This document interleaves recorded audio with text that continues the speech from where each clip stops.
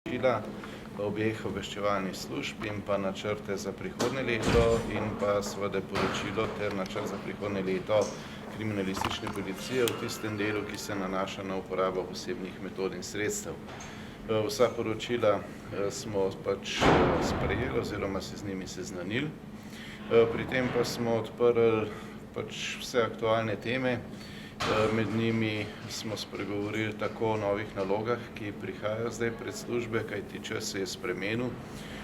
Za formalno zaprtje balkanske poti za migrante bo sedaj v praksi pomenilo, da se bodo po eni strani migranti začeli kopičiti in se to seveda že dogaja. Poleg tega dobimo še tiste, za katere smo se kot država zavezali.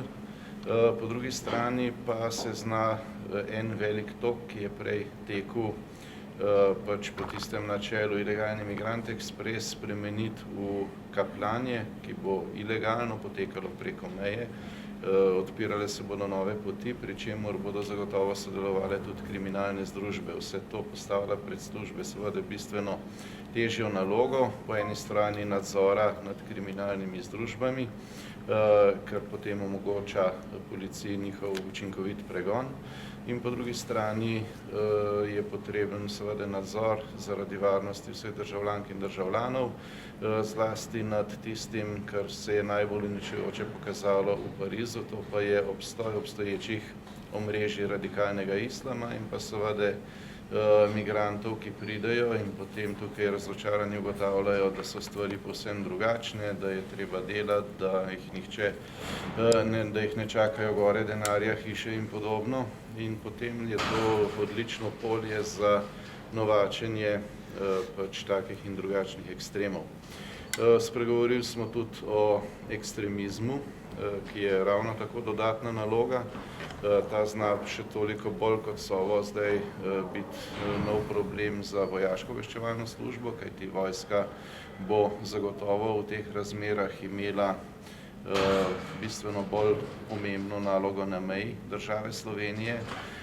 In vsi se najbrž še spomnite prizorov, ko so skrajni levičarji, ne samo slovenski, ampak tudi v sodelovanju z nekaterimi sosednjih držav, poskušali zanetiti prepire in nasilje na meji. To smo res, kar se države tiče, zelo nesrečen primer tega, kako ljudje kot skrajni levičarji neprimerno ravnajo svojo lastno državo.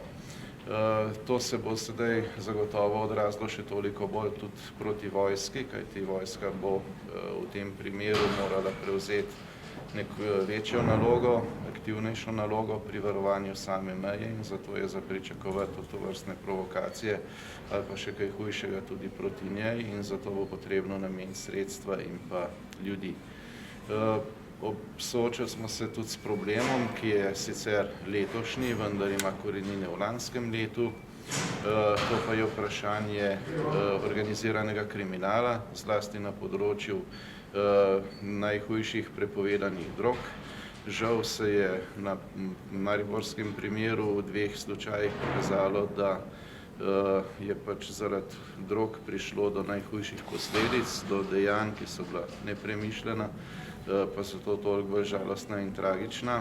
In zaradi tega smo sprejeli tudi poseben dodaten sklep, s katerim smo predlagali Vladi Republike Slovenije, da se pregonu organiziranega kriminala na področju drog nameni posebno pozornost, da se k temu še bistveno bolj odločno pristopi kot v minulem obdobju, pri čemer naj se posebej nadzoruje področje novonastalih sintetičnih drog, med katerimi so nekatere, najbrž vsem znan zloglasni krokodil, izjemno nevarne, izjemno uničujoče za posameznika in za družbo kot celoto.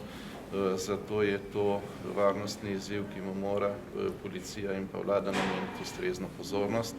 Predlagali pa smo tudi, da naj se ponovno oživi preventivne programe, ki so zdaj ostali nekoliko v ozadju.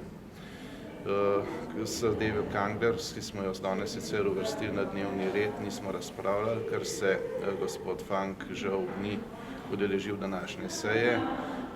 Zaradi tega smo ugotovili, da ni pogojev za obravnavo te teme. Bilo bi neprimerno, da se brez njega o tem pogovarjamo, ker se ga neposredno dotika. in smo zato preložili na eno od prihodnjih sej.